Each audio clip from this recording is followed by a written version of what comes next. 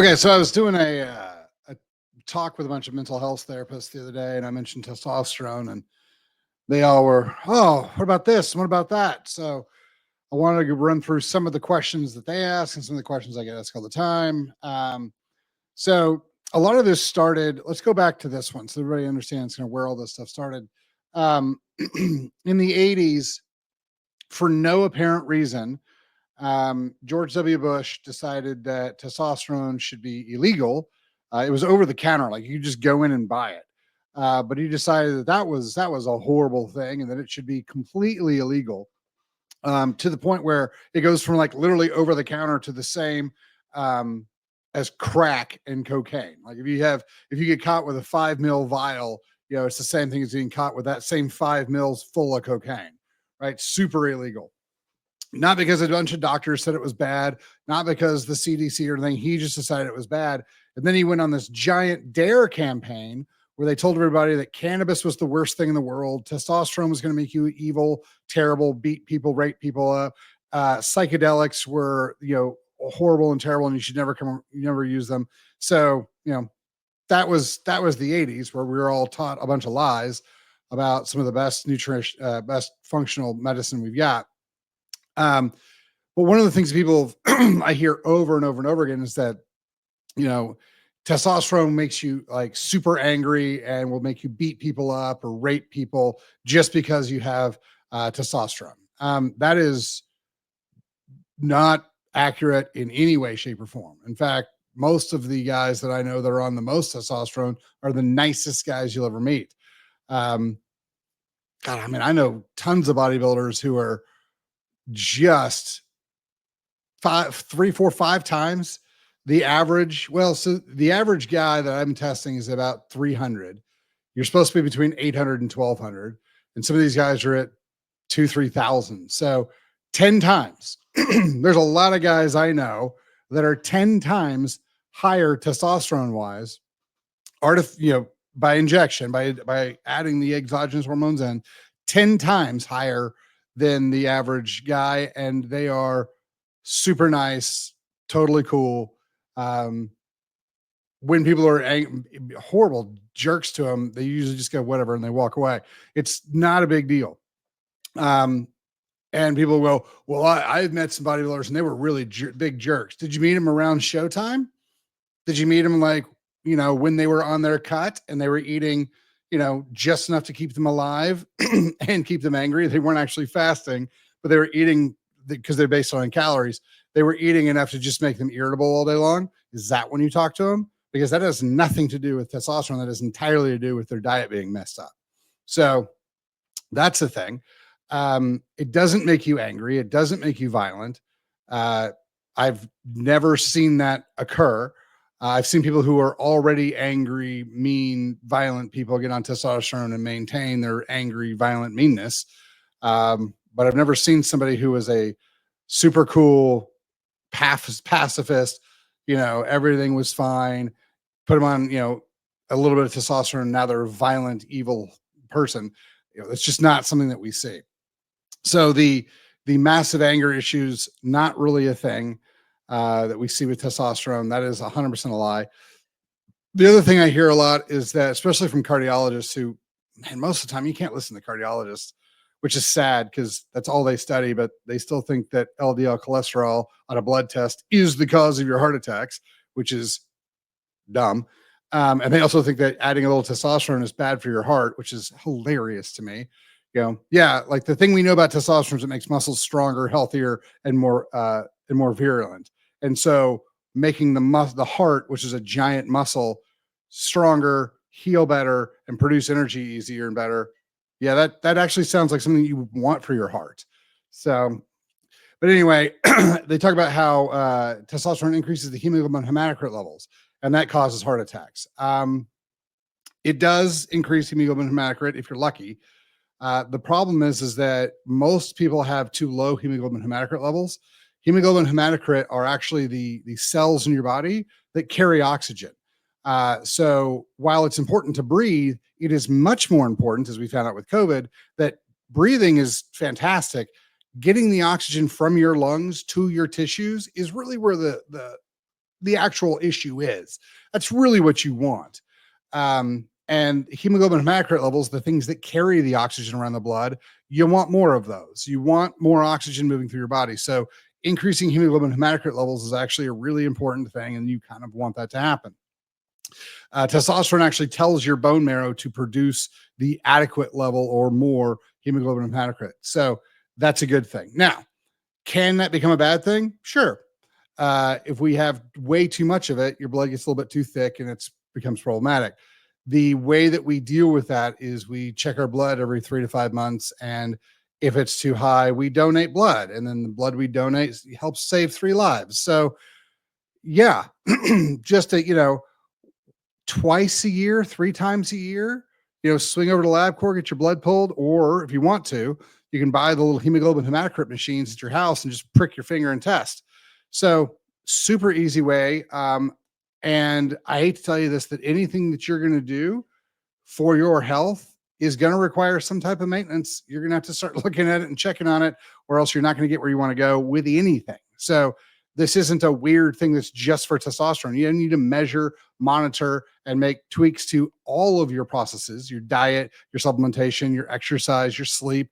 All those things need to be recorded, monitored, and managed. All of them. So this is just another thing. So that's one of those. That's the other big piece. The idea that testosterone is not for women is also ridiculous. The levels for women need to be between 80 and 250. That's generally what we're seeing in research and what we're seeing with women. The ranges, again, on the lab tests are way wrong. But the way that you have to understand, the way that we got those ranges is not because God came down and was like, here's the owner's manual. What we did was we took a whole bunch of people, usually, we collected whoever was around, and it would let us take their blood for a cookie. And then said, okay, we tested 100 people. They said they were healthy. And so we believed them. And so out of those 100 people, we splatter charted all their levels. We took these people out, the people at the top out. We took the people at the bottom out, and the people in the middle, the standard deviational curve in the middle. That's where everybody who's supposed to be healthy needs to be. Okay. That's how we get these ranges. And so I'm sorry, but the ranges are wrong. That's not optimal. So that's the other piece we get into. Depression. The first way I would treat depression, especially in men, is to give them testosterone. Pull their blood, see where their testosterone is, replace their testosterone levels.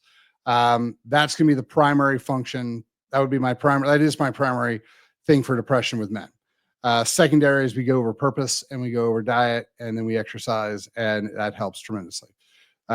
So that's where I would start with testosterone for men. Let's see what else. The big thing that you got to worry about with excessive, and I'll call excessive for men, keeping your high point a little over 2000, your trough day, keeping it, in that 13 to 1500 range is where you're going to start to see the hair loss issues, over time. So you got to kind of watch that. Women, it's going to be, the androgen function is going to be a little bit lower than that. The big thing with women is that I've seen that actually causes the biggest issues is that they're on the right amount of test, but then you've got them on either estrogens or you got them on like DHEA. If you're a woman, do not take testosterone and DHEA. It's way too many androgens. You're going to end up with facial hair or hair loss or something like that. I see this all the time. We'll get women who come in, they're like, I don't know what's going on. And I get their entire list from their doctors, and they're on estrogen and DHEA and testosterone and progesterone. And I'm like, oh, we're just going to give you all the things. So that's going to be one of those things. Remember, and this is hard, people don't know this because people don't know physiology. Women actually create testosterone. They don't create estrogen. They make the testosterone and they convert the testosterone into estrogen through 5-alpha reductase. That's important to remember because, like PCOS, people are like, oh, they generate more testosterone. No, they don't. This is why it's important to understand how the body works. The women who have PCOS don't make more testosterone than everybody else. They convert less testosterone into estrogen, which is one of the reasons they have PCOS, we've gone over that before. But these are some of the things that we keep seeing. People are like, well, I don't want everybody to get angry and punch holes in walls and stuff like that. It's usually not going to happen. Now, one of the other things that we see a lot is, especially with like Winstrol and Anavar and some of these orals, people talk about how, well, they're liver toxic. They're not really liver toxic. What you guys have to understand is that if you're going to ask the body to radically increase metabolic function and then not feed the body extra nutrients to do all the chemistry you just ask it to do, it's going to break stuff down. I don't understand how this isn't just obvious to everybody. If you're like, hey, I want you to make 100 tables and you've got the requirements to make 105 tables. You're like, all right, make all the tables. Everything's great. But if you're like, hey, I need you to make 200 tables and I'm going to start taking away nutrients that you need or requirement, the building blocks you need to build these tables, how many tables you can be able to build? If you have the work, if you're told to make 200 and then you're given the supplies to make 50, you can be able to make 200 tables? No. So what we are typically seeing is that people are starting to they think the body runs on calories because Western medicine is desperately trying to do whatever they can to not have people fix dementia and diabetes. And so they're pushing this the body runs on calories stupidity. And so what ends up happening is that these people are trying to lose weight. So they cut their total nutrient intake back because they're worried about calories. And then they're taking these hormones that radically increase metabolic function. And then they're wondering why their body is breaking down. Well, it's obvious. It's because you're not feeding the body the chemicals it needs to do the job you're asking it to do, and you're forcing it to do with the hormones. So yeah, Win and Anavar are fantastic. You can take them without causing damage. They cause tremendous benefit to the body. They're awesome things to use if used properly, and they don't damage the liver if you feed the liver properly. That's where it's at. So these are the things, like a lot of the stuff that you've been told about, a lot of the negative things you guys have been told about testosterone or steroids or something like that, is overblown. It is, when used properly, a lot of these things are very, very safe and very, very effective, and highly beneficial. Like we've got a lot of guys who will come run, a 3-4 month cycle, do it properly, gain a lot of mass, lose a bunch of fat, and then they maintain that. They've wanted their whole life to be, bigger, stronger. They've wanted their whole life to, there's a whole bunch of us kids who were born in the 80s who watched Arnold and Sly and those guys. And we're like, I'd like to look like that one day. And that's been their goal for a long time. So helping them get there is really fun. But you got to go through a whole lot of lies to get people where they want to go. So that's kind of where that is. Like there's, I feel like I talk about this all the time, but this is one of those things that as testosterone becomes more and more prevalent, people need to know it's usually not the androgen, the testosterone, or the steroids problem. It's the person who's using it not understanding how the body works at all, which is the same thing we see with semaglutide and the same thing we see with Ozempic and all the GLP-1s. People are coming like, oh, they're terrible because they hurt me. No, the guy who gave them to you, the woman who gave them to you, had no idea how metabolic function worked. And so they gave you GLP-1s and then talked to you about calories, which you're going to use really powerful metabolic tools. And then you're going to tell people made up fairy tales about how the body works. And then you wonder why people get hurt. Anyway. So as long as you're working with people who actually know what's going on, the androgens, the testosterone, things like that are super safe, very, very beneficial, hypercritical to wellness and to high quality of life for a long period of time. Just make sure that you're working with somebody who actually understands what's going on. If you guys have any questions, hit us up, questions@chalmerswellness.com, or drop them in the comments. Thanks for your time. Have a great day.